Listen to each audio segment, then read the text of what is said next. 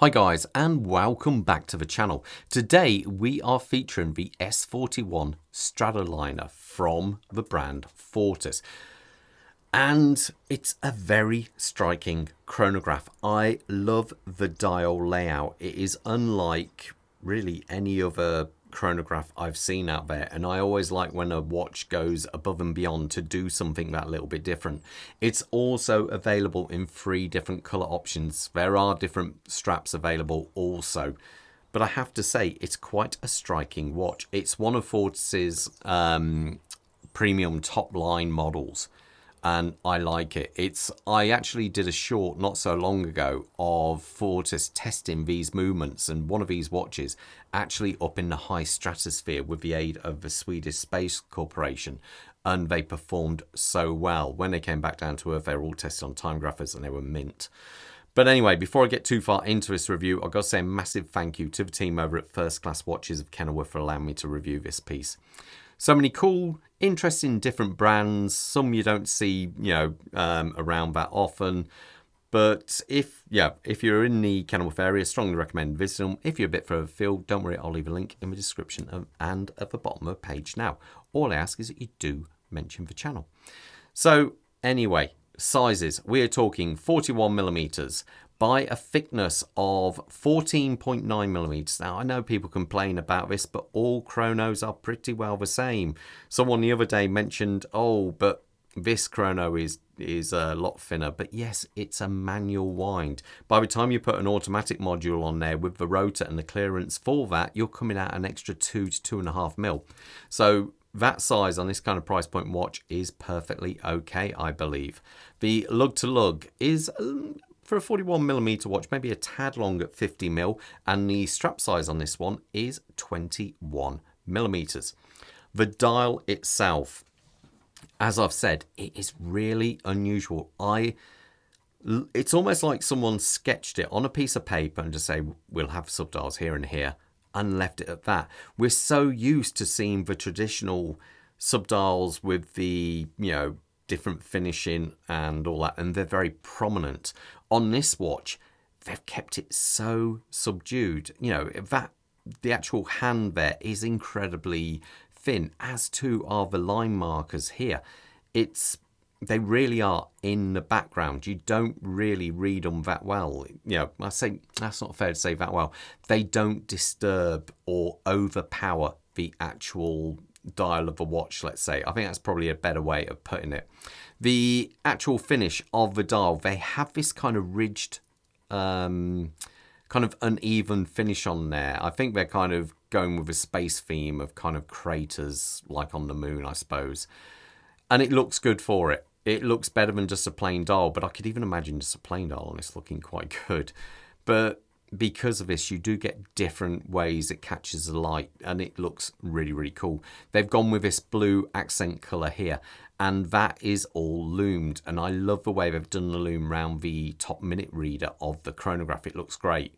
Then we have this kind of real long syringe style minute hand, which makes setting the time incredibly precisely. You can set the time incredibly precise because you've got this very thin hand up here, and I like that. Then a standard arrow style hour hand. It looks really good, I think. Then we just have the Fortis and the Fortis logo there, day-date complication, and the Stratoliner there, and the S-41 down here. Overall, I think the dial looks very clean. Let's have a quick listen to the chronograph. My God, that's so light. Let me press it. You can actually pressing that chronograph, the start-stop, is so light. Let's do the reset. Cool. It takes a little bit more pressure on the reset, but to be fair, it is incredibly nice and snappy kind of. They've done a super job on that, but we'll talk about the movement in a second. The crystal on top, as one would expect, is a sapphire crystal with AR coating on both sides. As we come to the actual bezel, the bezel's kind of interesting.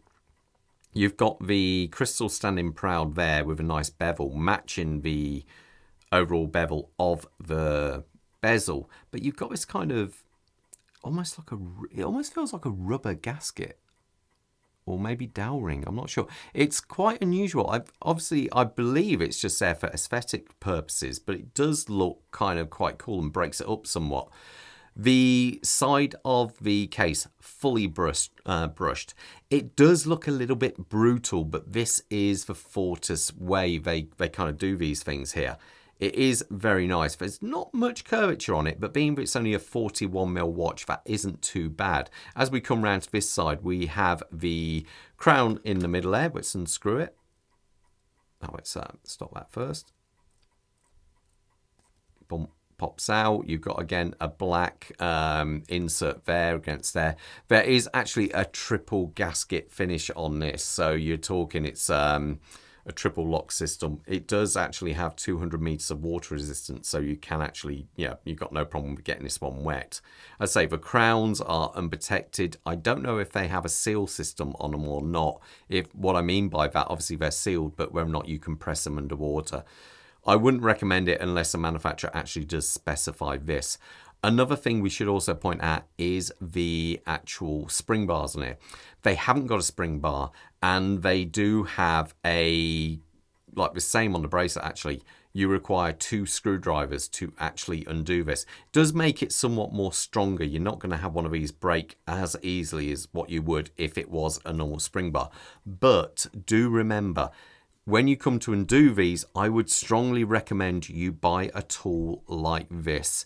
You can get cheaper ones than this one. This one's actually the Horotech one. You don't necessarily need this one. But what it means is when you place the watch down, you can put one side, actually locate it in like that. And then you need a 1.6 screwdriver. Well, actually, yeah, you could even get away with a larger one for the actual lugs. But this is the size you would require for doing the bracelet. So do be aware, when you've got 2 screwdrivers and you're trying to do it from either side, it is a nightmare, and you're inevitably going to slip and mark the sides of the watch. It is unusual they've gone for an open style here. I do like the fact that the actual lugs go inwards. You don't normally see that. On most watches, they go straight because it's actually harder to machine inside a slot as what it would be to machine just up to a square edge. But every company is different. As we come round to the back, we have quite a cool view there of their Werk 17 model, which is based, get ready for this, it's based on an LJP L100, which is also based on an ETA 7750. So the list goes down, but they have done some little bits and pieces to this. I did put it on the time grapher, and I believe it was running at around about 3.5 seconds in the position I had it that being. One thing I would say, which is quite cool on the back of this, it's all kind of, the glass on the back is actually, they've gone for a smoked look, and then they've highlighted the column wheel here by actually not smoking that area out so much. The column wheel is a lovely thing. Now, I did take some extremely close-up pictures of it. Now, you can actually see the oil or the grease which is used on that column wheel there, but you can't really see that to the naked eye at all, and it is needed. It's one of those things, a column wheel you only see on the more premium style chronographs, really a good one anyway. The only big difference between that and a standard cam system you get in many watches is the column wheel one, even though they've got roughly about the same amount of parts, I would say you get a slightly better feel to it, a more crisp kind of engage, because you're not rotating a big cam system round. And also it costs that little bit more to actually make a column wheel, because that column wheel is actually quite a precise bit of kit. So that's the kind of nice thing with having the column wheel actually on there. It gives a bit more crisp, you know, kind of feel to it. And it's not really needed, but it's kind of nice. You do have a more, I would say, a refined feel. Like, as we can see by pressing this, it is very, very smooth.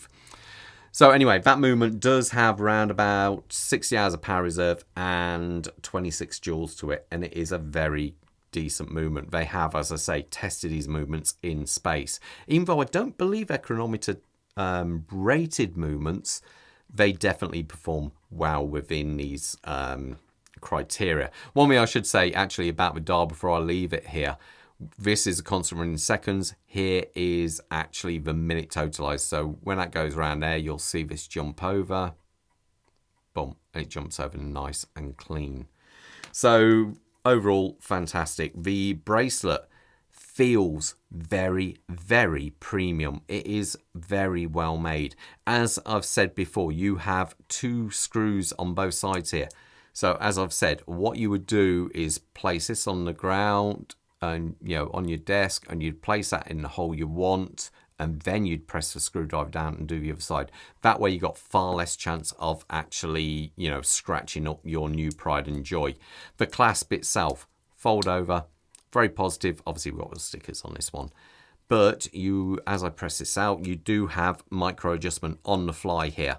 Done properly, very well done. You press and say you do have, how many levels is it? I'd say 1, 2,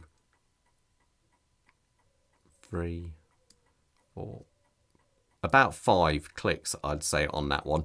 And what's nice, it doesn't come past the point that it still looks like a normal bracelet at full extension, or if it's all the way in. Some, unfortunately, you can see the leading edge there, which isn't a particularly pretty thing to see. But overall, I think they've done a very nice job of this one. Let me put it on my wrist so you got an idea how it looks. A quick wrist check. I'm wearing the very first thing I ever brought, actually, back in 2008 or 9-ish. The Zin EZM2 Hydro. And Bob, check this out, a Hanhart. Now, I've been very lucky that I actually spoke to Hanhart in Germany, and they've been very, very gracious and sent me 2 models out to review. So massive hats off to them for actually allowing me to review those ones. It's really good of them. Now, as you can see, I've got a 7¼ inch wrist, which is about 18.5 centimeters. Look at that. How much bracelet you actually get. That is insane. I've got no idea what that would go up to, but it is massive, and that is really impressive. And that's it there on my wrist. I think it looks a very, very cool watch, and definitely something unusual. Now, when it comes to retail price of one of these, in the UK, I think it's £5,300, but I know at first class watches you can probably pick this up for anywhere around 4,500. I'm guessing it's one of those things. I don't normally like to talk about prices, but you know, I get lots of people saying, well, you didn't say the price, but that's why the price can always fluctuate. So anyway, guys, I'm going to leave you to it at that, but most importantly, stay safe out there. All the best. Bye.